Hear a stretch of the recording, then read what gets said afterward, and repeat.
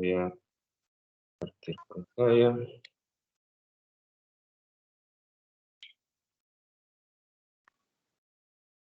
A ver, el día de hoy vamos a resolver un par de problemas de el sistema masa-resorte vertical que estudiamos el día de ayer, y de péndulo simple también vamos a hacer uno. Y pues si nos da el tiempo vamos a por lo menos hacer la deducción de la ecuación de movimiento del péndulo físico, que es el último sistema que vamos a ver que realiza un movimiento armónico simple.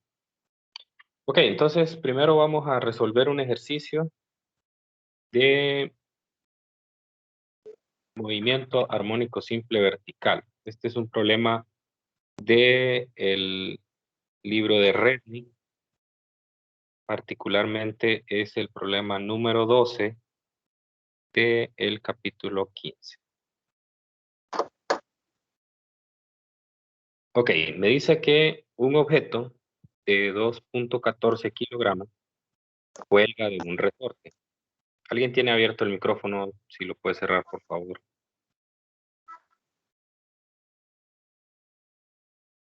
Me dice que un cuerpo, este es otro objeto, cuerpo de 325 gramos colgado abajo del objeto estira adicionalmente al resorte 1.8 centímetros. El cuerpo de 325 es estirado y el objeto entra en oscilación. Halle el periodo del movimiento.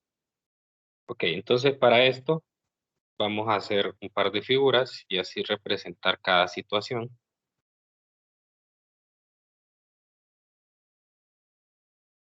Inicialmente entonces tenemos el resorte que está colgando con un objeto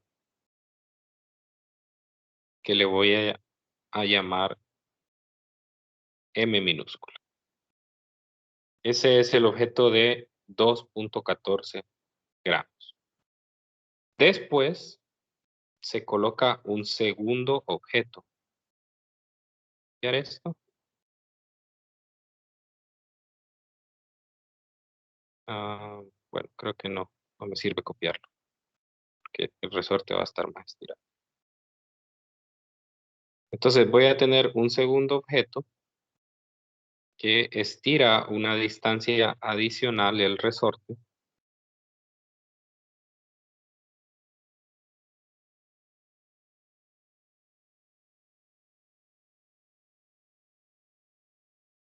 Entonces voy a tener el objeto de masa M minúscula y uno más pequeño por acá, poner así, que le voy a llamar M. De manera entonces que a partir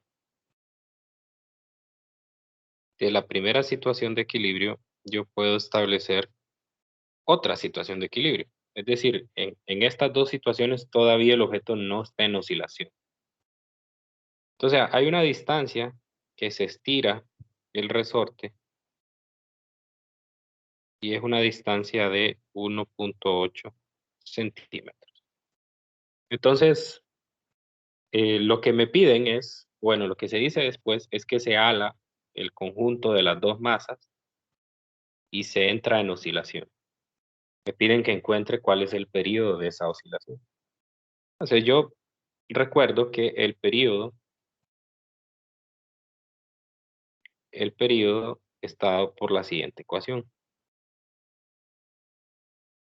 Recuerde que en el sistema masa-resorte vertical se cumple la misma condición del sistema masa-resorte horizontal. Entonces, por lo tanto, la ecuación del periodo, la ecuación de la ecuación de la frecuencia angular es la misma para los dos. Donde hay una pequeña variante, y eso lo vimos en la clase de ayer, es en la energía. Porque si recuerdan, en el caso del sistema masa-resorte vertical, aparece la componente de energía potencial gravitacional. Entonces, en la parte del movimiento, o sea, todo lo que tiene que ver con el desplazamiento, la velocidad, la aceleración, las ecuaciones son las mismas, exactamente las mismas. Tal vez con la salvedad de que pueda cambiarle, porque como es un movimiento vertical, cambiarle la X por una Y.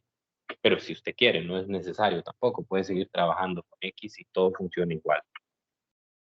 Ok, entonces, en la misma ecuación del período, nosotros sabemos que el período es 2pi entre omega, o sea, 2pi por la raíz de la masa entre la constante del resorte. Donde la masa, en este caso hay que tener el cuidado de que esa masa sería, por lo menos en este contexto, sería la masa total, o sea, sería la suma de las dos masas, no solo la masa m minúscula, porque al final quienes están oscilando son las dos masas unidas. Y lo otro que me hace falta, pues es la constante del resorte, no la tengo todavía. Ahí está la pregunta. ¿Qué constante de resorte utilizar? Entonces, para eso me dan esa información previa de que primero estaba solo una masa, después coloca una segunda masa y tengo un estiramiento producto de eso. Entonces, en la segunda situación, yo puedo, como está en equilibrio, entonces yo puedo dibujar los dos vectores que están en equilibrio en esa situación. El primero es una fuerza que será la constante del resorte multiplicada por X. Es una fuerza restauradora, pues porque esas dos masas lo que están haciendo es estirando el resorte, por lo tanto tiene que actuar una fuerza hacia arriba, que es la restauradora. Pero el sistema no se mueve porque exactamente esa fuerza es igual al peso de los dos objetos en conjunto, por la suma de los pesos de estos dos objetos. Por lo tanto, yo lo que puedo decir a partir de esa situación es que la sumatoria de fuerzas en Y debe ser cero, allí en el equilibrio. Ese punto se va a establecer como el punto de equilibrio de las oscilaciones, no el primero, como el punto de equilibrio de las oscilaciones. Entonces, quiere decir que la constante K multiplicado por X debe de ser igual al peso de los objetos. Despejo y me queda que K es el peso de los objetos entre el estiramiento. Entonces, ese primer dato que me dan de la distancia que estira la segunda masa me sirve a mí para calcular la constante del resorte. Entonces, voy a guardar ese dato y lo voy a sustituir en la ecuación del período que tenía antes.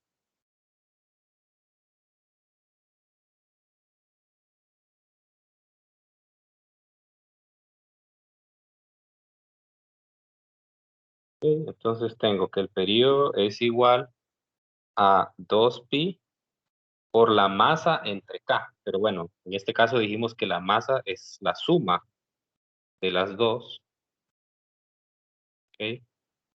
Entre la constante K. Pero la constante K va a ser la suma de las dos masas por la gravedad dividido entre X. Noto en este tratamiento que las masas o la suma de las masas se va a cancelar.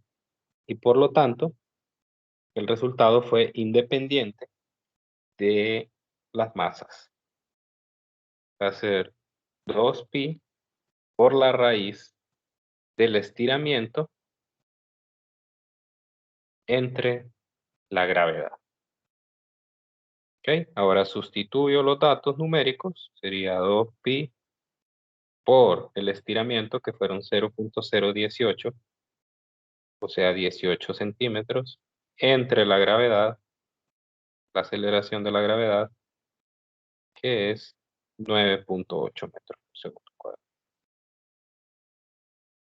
Y si noto, cuando hago el análisis dimensional, aquí se me cancelan metros con metros, por eso es necesario pasar los centímetros a metros. Y por operación oreja, en el numerador me va a quedar centímetros al cuadrado, que al sacarle la raíz me va a dar segundos, que es lo que corresponde a un pedido.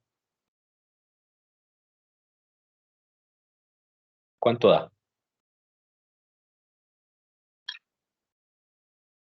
0.26. 0.269, ¿no? Sí, ¿Sí? ¿Verdad? sí. 0.200. Sí, Dígame. Confirma. Ok. Bueno, eso es el problema, ¿no? Entonces fíjese cómo en la clase de ayer logramos hacer la demostración, ojo con eso, logramos hacer la demostración que las variables como el periodo, la frecuencia, el periodo, la frecuencia angular, tienen exactamente la misma ecuación en el vertical. Esto es debido a que en el vertical obtuvimos, por aquí estaba, aquí está, la misma fuerza neta menos K por X que aparecía en el horizontal. Entonces eso quiere decir que la ecuación de movimiento me va a dar la misma que el horizontal. Entonces, por lo tanto, todas las ecuaciones que tienen que ver con el movimiento, X, velocidad, aceleración, son exactamente iguales. Omega tiene la misma expresión, tanto en horizontal como en vertical, es la raíz de K sobre M. Entonces, salvo las energías, que ahí sí va a haber un cambio. Pero por ahora, no nos metemos con eso. Al menos en este problema, no hay ninguna dificultad. Es exactamente equivalente el movimiento a uno horizontal. Ok, no sé si hay alguna pregunta respecto a este ejercicio. ¿Quedó claro?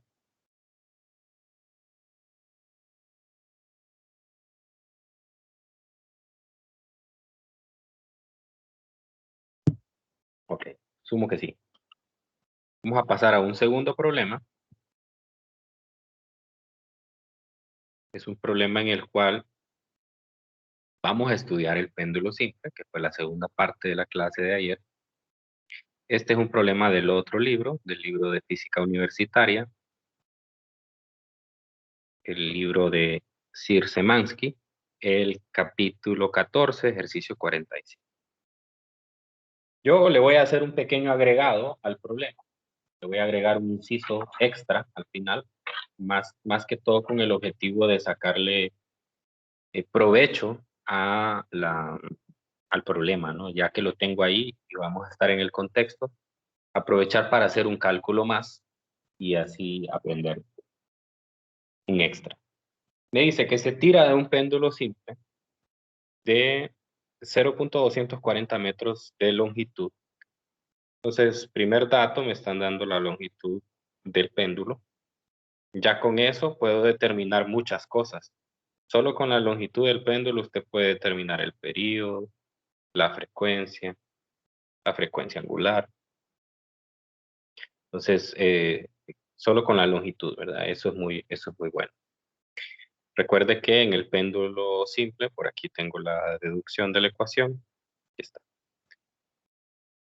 Tanto la frecuencia angular, la frecuencia como el período dependen únicamente de su longitud. Ok, luego me dice que para moverlo 3.5 grados. Esto es, voy a ir anotando aquí los datos, la longitud 0.240 metros y el otro es el teta máximo, o sea, la amplitud 3.5 grados. La amplitud normalmente me sirve para determinar velocidades, por ejemplo, la velocidad máxima se puede determinar con esto. También ese ángulo usualmente me sirve para determinar alturas, el cambio de altura que hay entre un punto y otro, porque se va a establecer un triángulo ahí con ese ángulo. Y entonces usando relaciones trigonométricas, pues puedo encontrar esas alturas. Eso precisamente es el extra que voy a agregar en este ejercicio. Luego dice que se suelta. Entonces la posición inicial, vamos a hacer una figura aquí.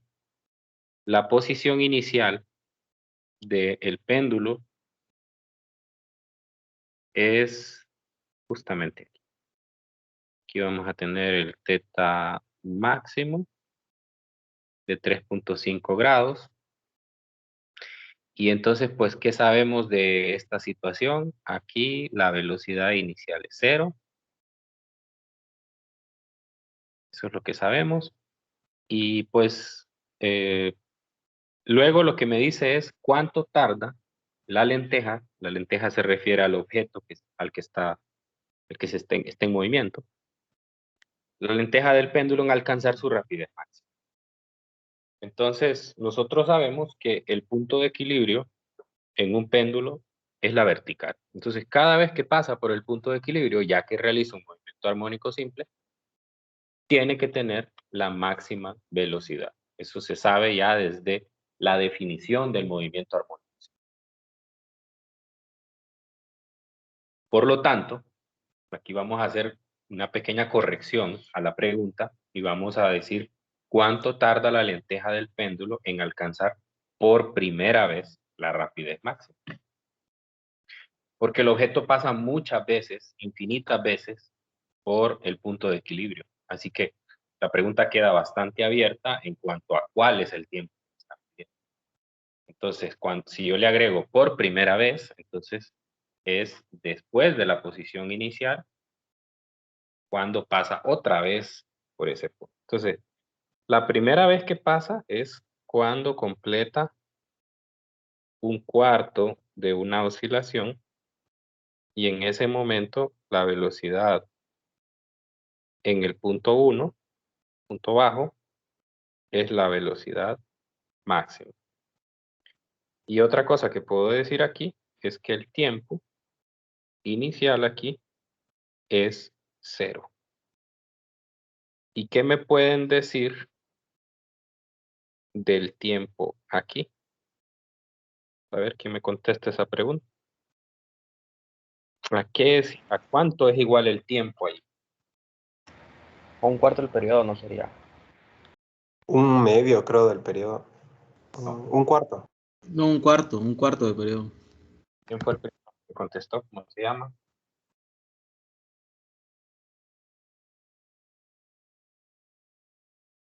¿Quién contestó primero? Creo que yo, Eder Palma. Eder.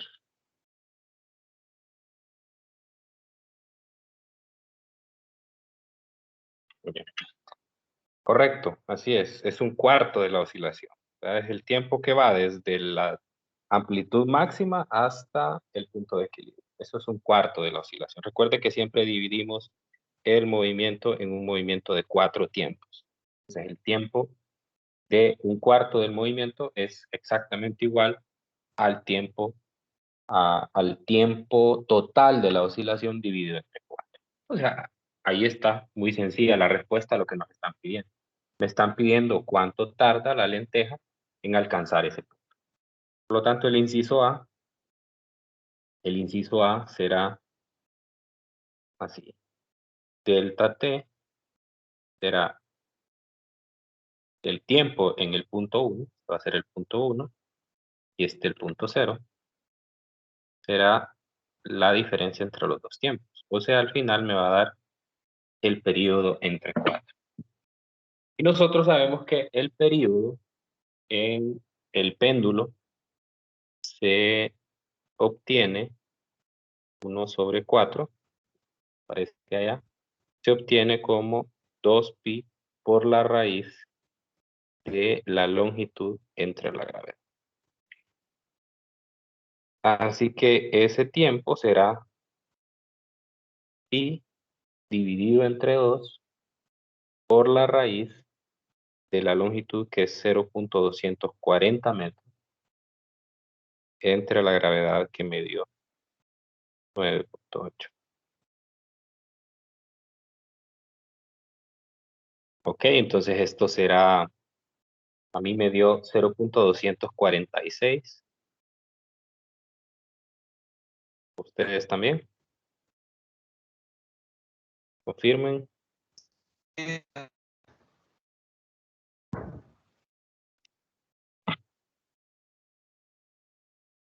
Ok, vean Sí, una cosa. esa.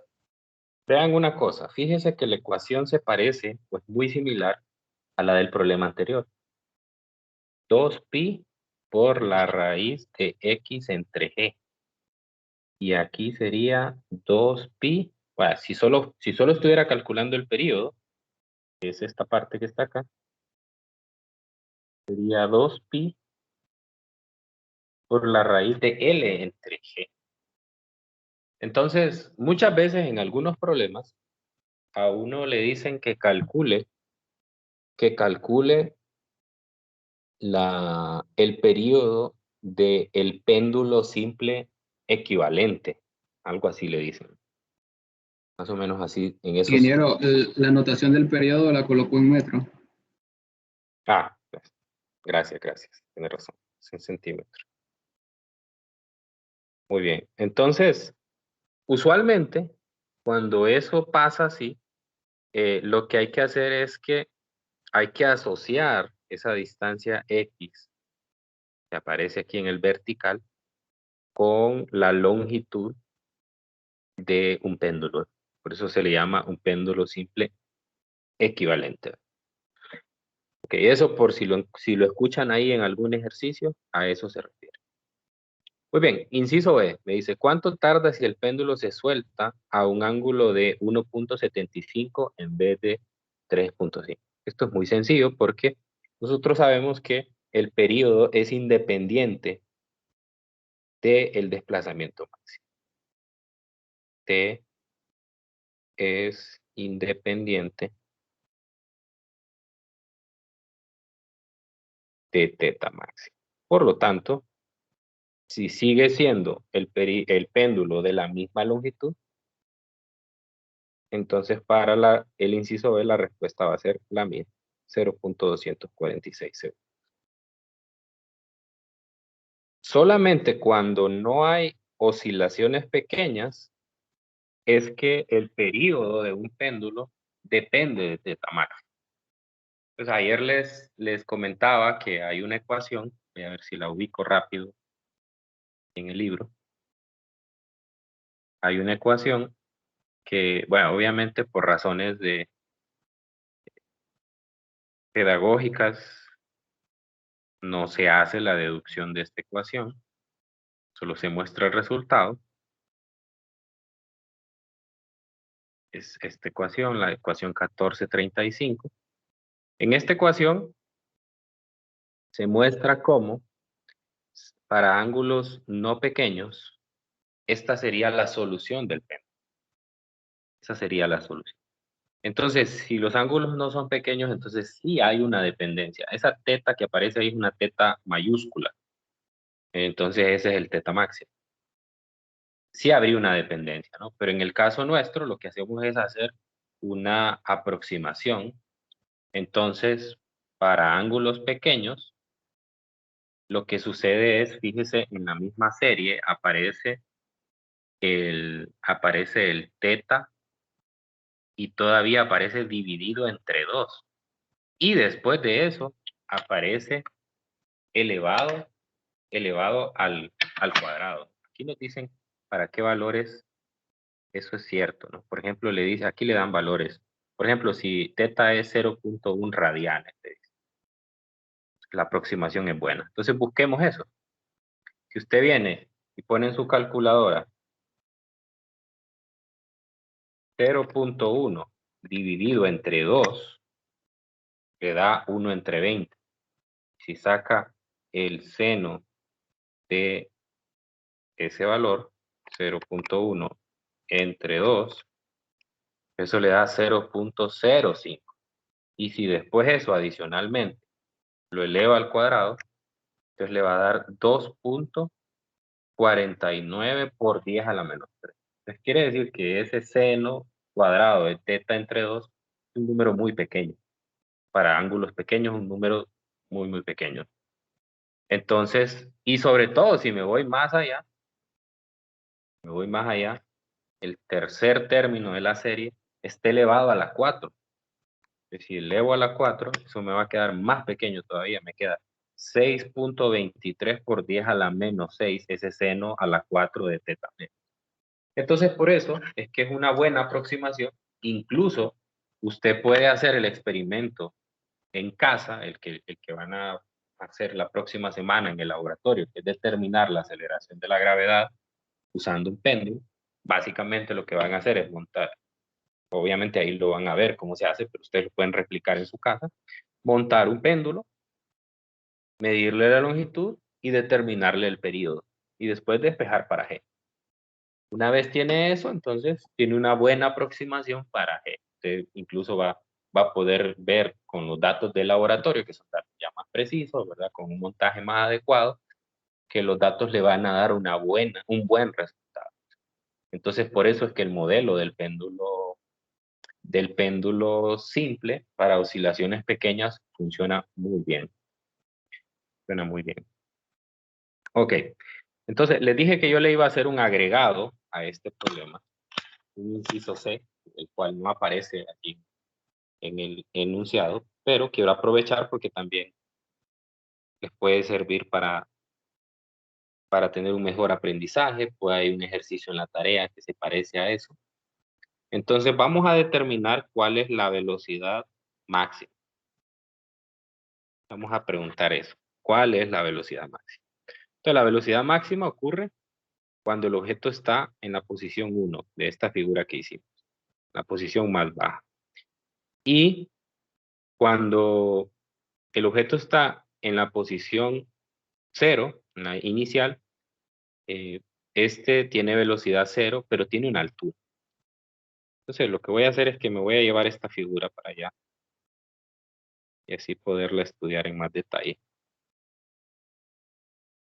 Porque particularmente me va a servir para deducir la velocidad máxima. Entonces, en el primer punto, en el punto 0, este va a tener una posición Y que le voy a llamar H. Y en el segundo punto, en el punto 1, el punto más bajo, voy a decir que tiene Y0. O sea, estoy definiendo como referencia que el punto más bajo es donde mido la altura. Entonces, ¿cómo sacar ese valor de H? Bueno, ese valor de H lo voy a determinar analizando esta figura. Yo sé que, yo sé que esta distancia es H. No, perdón, es H, no, este es L. Y esta distancia, vamos a hacer una línea punteada aquí. Esta distancia, esta sí es H. Y la otra distancia complementaria, es esta de acá, pues si se fija, es el lado adyacente del triángulo que se está formando. El lado adyacente. Por lo tanto, entonces, va a ser igual, usando relaciones trigonométricas, va a ser igual a L por el coseno de teta. ¿Estamos de acuerdo con eso?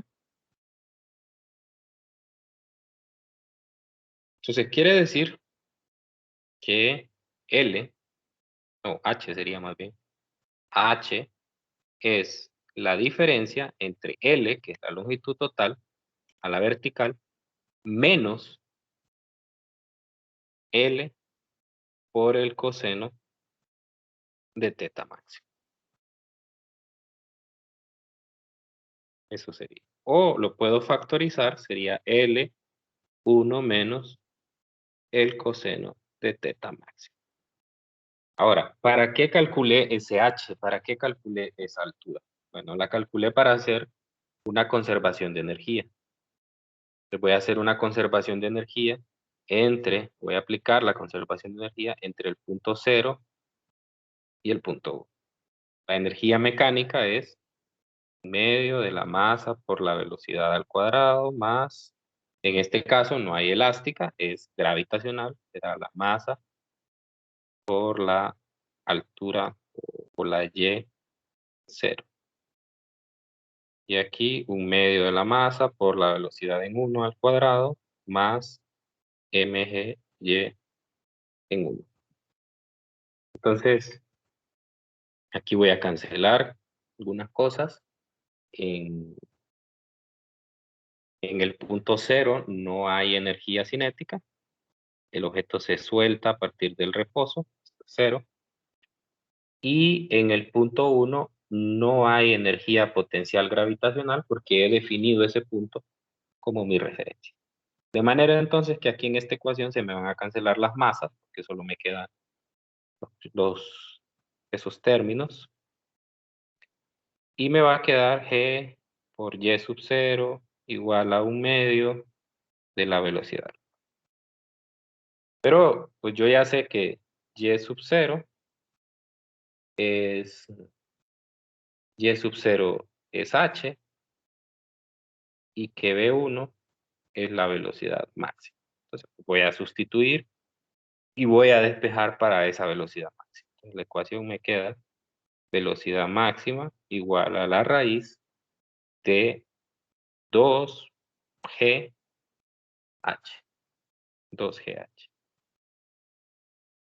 Entonces la velocidad máxima será 2 veces la gravedad por L1 menos el coseno de teta máxima. Uno puede introducir eso en la calculadora porque nosotros ya tenemos la longitud acá. Dicen que es 0.240 metros. Sustituir. 2 por 9.8.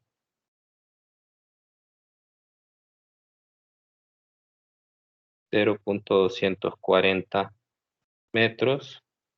1 menos el coseno de, bueno, habrá que ver para cuál lo calculamos. Aquí sí va a afectar el resultado, así como lo cambian del inciso A al inciso B. Yo voy a tomar el original, que es 3.5 grados.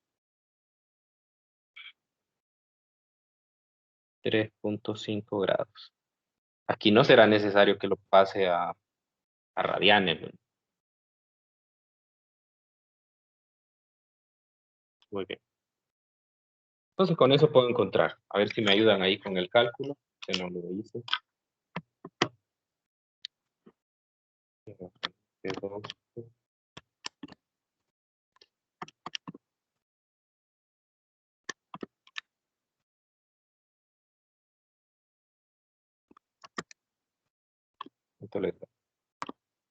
A mí me dio a 0.093 metros sobre segundo. A mí me dio 3.01. 3.01 me dio también. 3.0118 me dio a mí también. Ok.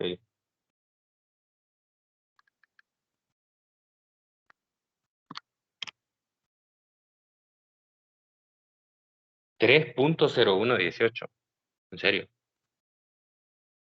¿Por qué? Calculador. 0.093. Es que 3.01. ellos creo que lo están usando en radianes, la calculadora. 0.093.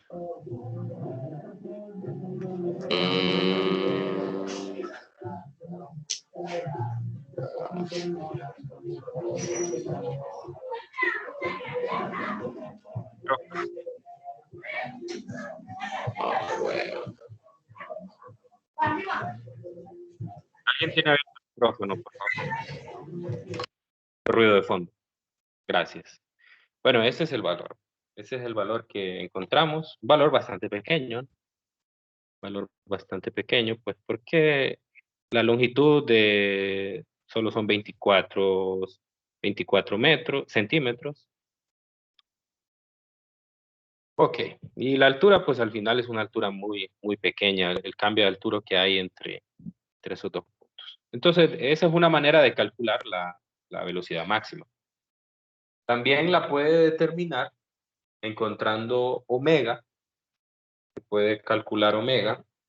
En este caso sería la raíz de G entre L, 9.8 entre 0.240, y lo multiplica por el valor de teta máximo, porque recuerde que la velocidad máxima es omega por A. Entonces el teta máximo aquí es 3.5, pero con el cuidado de que tiene que convertirlo a radianes. Entonces, hacemos el cálculo. Y en ese caso obtenemos, ojo, esa velocidad que se obtiene así, ese es un error, por eso es que lo hago de esta manera, para que ustedes vean la diferencia. Si usted hace ese cálculo, es decir, agarra la raíz de 9.8 entre 0.24, que es omega, lo multiplica por 3.5 convertido a radianes, no le va a dar este mismo valor. Porque si usted nota en el análisis dimensional, lo que está calculando son radianes por segundo. Eso lo que quiere decir es que usted está calculando la velocidad angular máxima, no la traslacional, que es a la que usualmente se refieren cuando le dicen la velocidad máxima. Si le pidieran la velocidad angular, le dirían la velocidad. Entonces, lo que hay que hacer es utilizar la ecuación de, recordamos que la velocidad traslacional, en este caso sería la velocidad máxima, es la ecuación que les estoy diciendo. Omega por teta máxima. Entonces, en este caso sería la raíz de 9.8 metros por segundo entre 0.24 metros. Y aquí pues hay que poner 3.5. Voy a mover esto un poco. 3.5 y lo pasa a radianes, ¿no? Se lo multiplica por pi entre 180. Eso, ojo, eso realmente que es un poco confuso porque realmente el libro utiliza la misma variable. Eso no me gusta a mí. Pero bueno, yo prefiero utilizar otra notación que es usual en la física y es la notación de Newton, creo que así le llamo. Entonces, donde se utiliza un punto sobre la variable de manera que se denota que es la primera derivada. Entonces, la primera derivada de teta, pues es la velocidad. Pero si usted lo que quiere es la velocidad máxima traslacional, entonces lo que tiene que hacer es multiplicar la angular por L, acordándose de aquella relación que es la velocidad angular por el radio, y en este caso el radio es L. Y L es 0.24, y entonces ahí sí van a obtener la misma respuesta, 0.094, igual que el otro.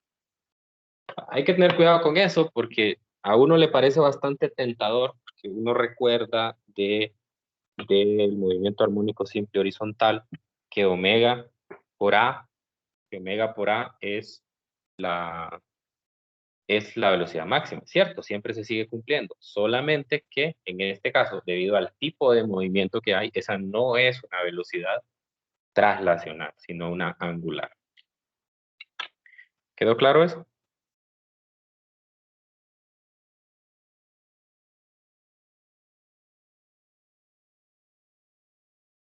Asumo que el silencio significa que sí.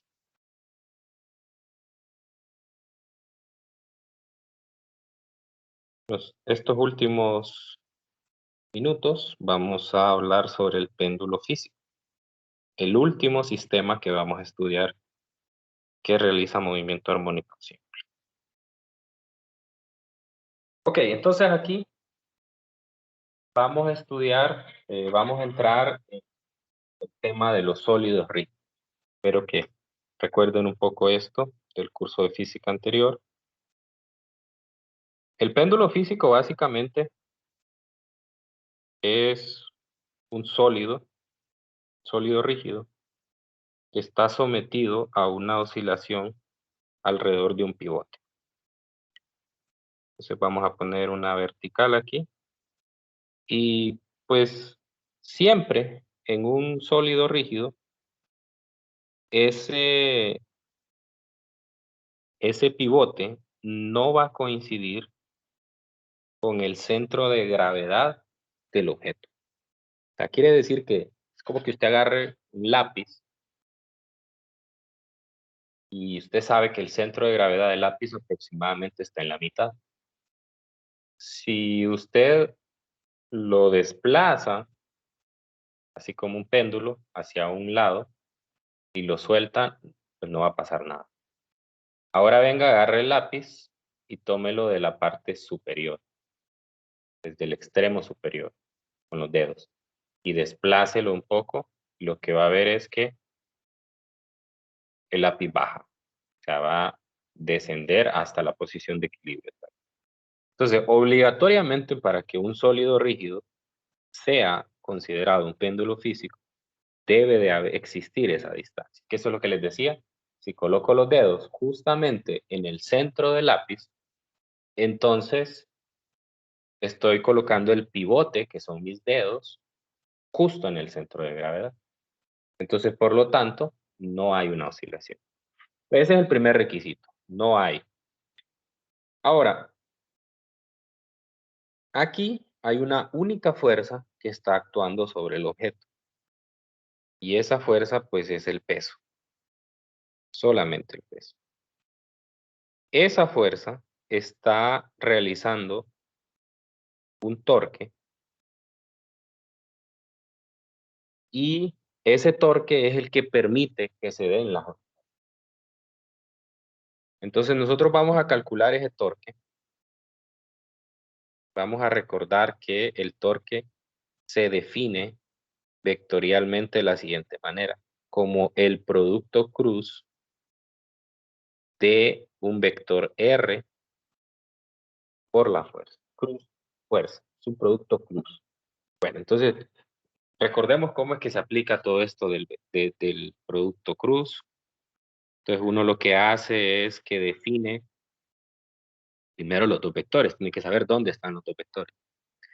Entonces yo voy a decir que el primer vector, que es el R, pues es aquel que viene desde el pivote hasta aquí. Voy a definir que la distancia que hay entre el pivote y el centro de gravedad es D.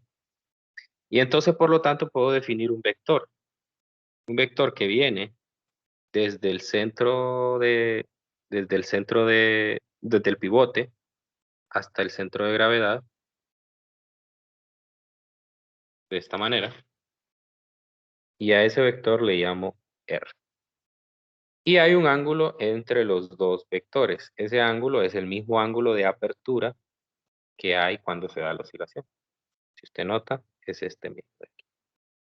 Ahí tengo mis dos vectores. Tengo el vector R, que es el vector que viene del pivote pasando por el centro de gravedad.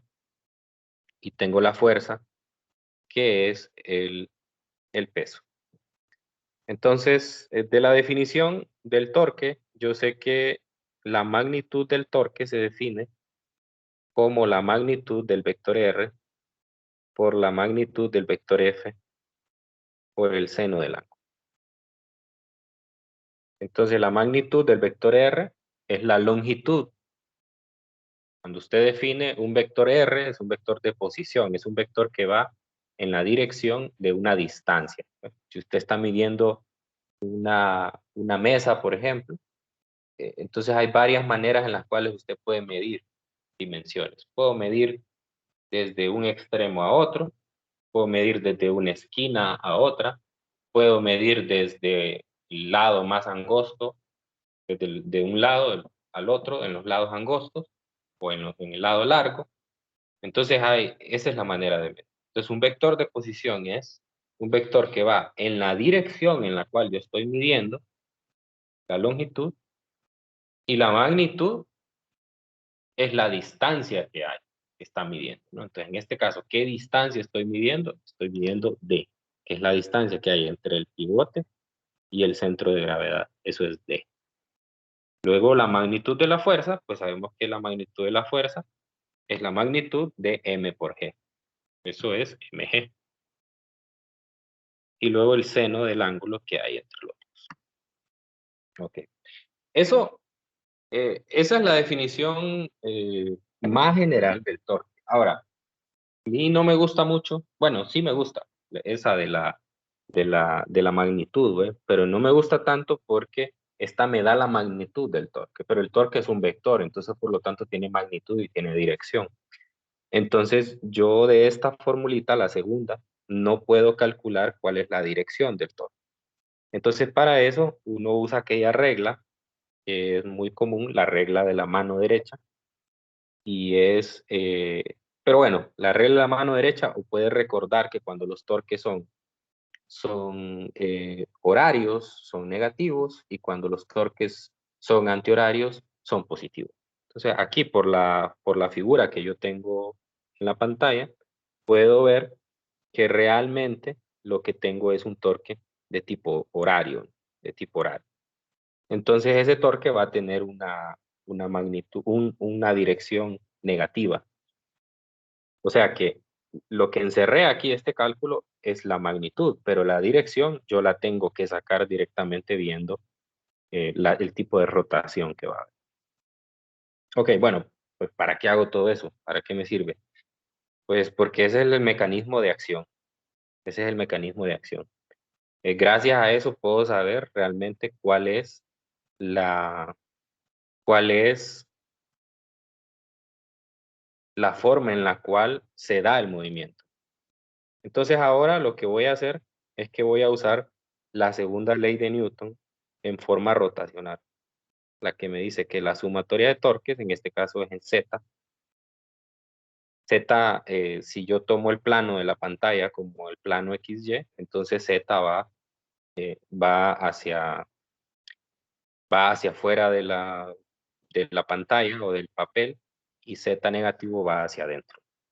Entonces me va a quedar ahí un torque en Z, y voy a tener un momento de inercia y una aceleración angular, que siempre la aceleración angular pues, va medida en la misma dirección del torque, en este caso en Z.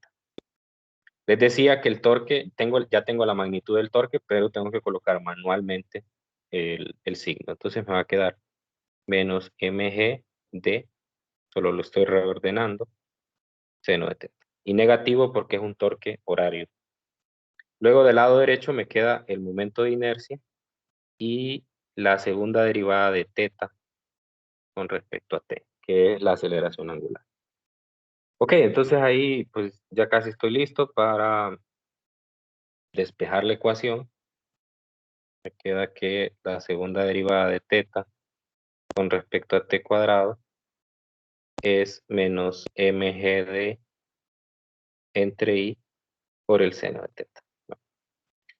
Igual que en el péndulo simple, voy a asumir ángulos pequeños. Para ángulos pequeños, el seno de teta es aproximadamente teta. Entonces, por lo tanto, la ecuación será la siguiente. La segunda derivada de teta con respecto a t cuadrado es aproximadamente menos mgd entre i por teta. Esta es la ecuación de un movimiento armónico simple. Recordar que el movimiento armónico simple, la segunda derivada del desplazamiento, es igual a menos omega cuadrado por el desplazamiento. O sea, aquí ya estoy definiendo cuál omega. Entonces, por lo tanto, puedo decir que el péndulo simple, el péndulo físico, para oscilaciones pequeñas, realiza un movimiento armónico simple. Y bueno, tendrá las características del movimiento armónico simple, es decir, tiene un punto de equilibrio. Si me fijo aquí en la figura, el punto de equilibrio es la vertical y va a tener una fuerza restauradora. Ahora, eso es lo que voy a hacer otra figura, por eso dejo este espacio aquí, para que identifiquemos cuál realmente es la fuerza restauradora del movimiento. Y vamos a notar que es la misma que en el péndulo simple. Entonces, si notan, aquí este sistema va a realizar un movimiento en forma de arco de esta manera. Donde esta es la distancia de, voy a tener un ángulo teta, y está el peso, y el peso tiene dos componentes. Este es el peso, mg, y tangencial a la trayectoria voy a tener la componente, igual que en el caso del péndulo simple, menos mg por el seno de teta, y aquí menos mg coseno de teta. Entonces, esta fuerza es la responsable de provocar ese torque, y por lo tanto, esa será la fuerza restauradora en el péndulo físico. Si en algún problema les piden calcular la fuerza restauradora, pues va a ser la componente mg seno de teta del peso. Es exactamente la misma, voy a volver otra vez al péndulo simple, es exactamente la misma, aquí está, que en el péndulo simple. Tienen la misma fuerza restauradora. Ahora, a diferencia del péndulo simple, el péndulo físico, pues bueno, primero tiene una ecuación de movimiento diferente. Eso lo que quiere decir es que en este caso, bueno, omega se define como mg de entre i. Eso lo aprendimos a reconocer, que era el número que multiplicaba al lado derecho en la ecuación de movimiento armónico simple. Y por lo tanto, el período va a ser igual a 2pi entre omega, o sea, 2pi por el recíproco de esa cantidad anterior, que sería i mgd. Entonces, pues bueno, como ya sabíamos, cada sistema que realiza un movimiento armónico simple tiene una ecuación diferente. Entonces, obviamente, como esperábamos, el período es diferente. Hay otras componentes aquí. Aparece el momento de inercia. Momento de inercia. Aparece esa distancia d. Entonces, vamos a poner un poquito en detalle aquí qué es cada cosa. Así rápidamente lo voy a explicar. Donde el momento de inercia siempre se va a calcular como el momento, usando el teorema de ejes paralelos. Esto es cuando exista solo un componente. Un componente. Entonces, ¿por qué? Bueno, usted note que, como le dije antes, nunca el pivote iba a coincidir con el centro de gravedad, porque de lo contrario no hay oscilaciones. A diferencia de uno de los, como un problema que aparece en la tarea, donde aparece un resorte unido a una barra, y la barra está pivotando alrededor del centro de gravedad, ahí sí hay oscilaciones porque es ese resorte el que está provocando la oscilación. Pero ese no es un péndulo físico. Ese es otro sistema que realiza un movimiento armónico simple. Entonces, en los péndulos físicos siempre tiene que existir esa distancia d. Al existir esa distancia d, entonces quiere decir que en la ecuación el momento de inercia no es el momento de inercia alrededor del centro de masa. Siempre va a ser el momento de inercia alrededor de un eje paralelo al eje que pasa por el centro de masa. Por eso es que en esta fórmula utilicé el teorema de ejes paralelos. Ahora, no siempre la cosa es tan bonita, a veces la cosa puede ser un poco más difícil. A veces puede que el péndulo esté compuesto por diferentes cosas. Entonces, cuando es así, lo que hay que hacer es hacer una sumatoria. Desde i igual a 1 hasta n, donde n representa el número de componentes que tiene. Y usted tendrá que sumar o tendrá que aplicar varias veces el momento de inercia y sumarlo. El momento de inercia, el teorema de ejes paralelos. donde ese DI minúscula, ese representa la distancia que hay del centro de masa de cada uno de los componentes hasta el pivote. Eso lo vamos a hablar en detalle mañana. Y bueno, solo para poner ejemplos.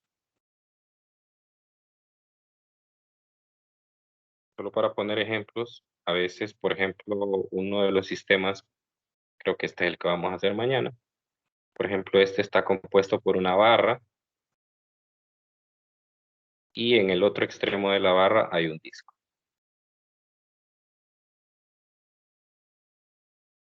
Entonces ahí hay un ejemplo donde hay dos componentes para un mismo péndulo. Otro ejemplo que también está en el RESNI.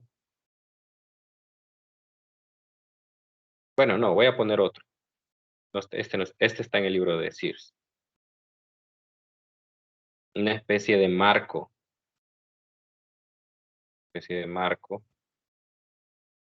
Está compuesto por 4 varillas unidas.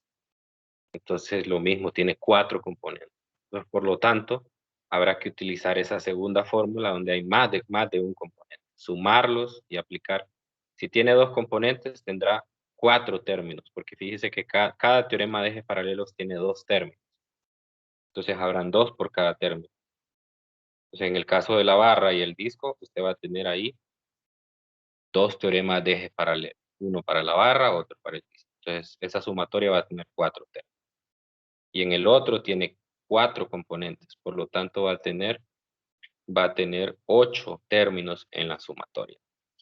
Entonces, así se puede ir complicando la cosa. Mañana vamos a dedicar exclusivamente la clase para resolver problemas de este tipo.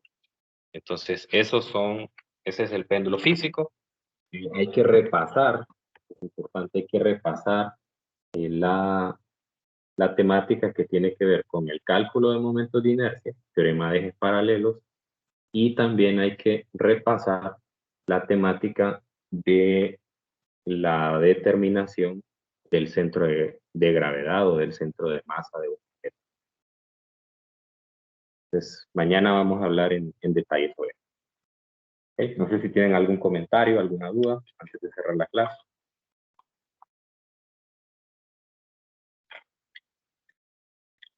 ¿Todo bien?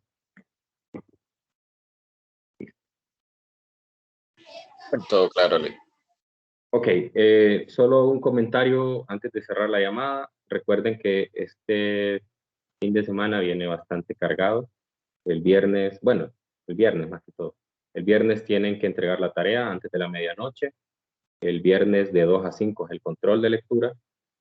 Y además les había mencionado en los primeros días de clase que habían algunos viernes que íbamos a tener clases, ¿no? Porque vamos a necesitar complementar. Entonces, este viernes vamos a tener un repaso, porque ya el día de mañana terminamos el capítulo 14. Entonces, el viernes vamos a tener un repaso del capítulo 14, donde vamos a resolver los problemas más difíciles del capítulo. Son los problemas avanzados, que son los problemas que vienen, no que vienen en el examen, sino que en el examen hay un apartado de problemas de objetivos avanzados y son los problemas, pues, digamos, más difíciles. Entonces hay que conectarse el viernes. Es una clase como cualquier otra, también cuenta dentro de las asistencias. Así que ya les anuncio, ¿verdad? Para que ustedes ya se vayan organizando. Ok, entonces, bueno, nos encontramos el día de mañana. Cuídense mucho y que tengan un feliz día. Gracias, Lee. Gracias, licenciado, igual. Ingeniero. Gracias, Lick. Pase buen día. Gracias, Lee. Igual.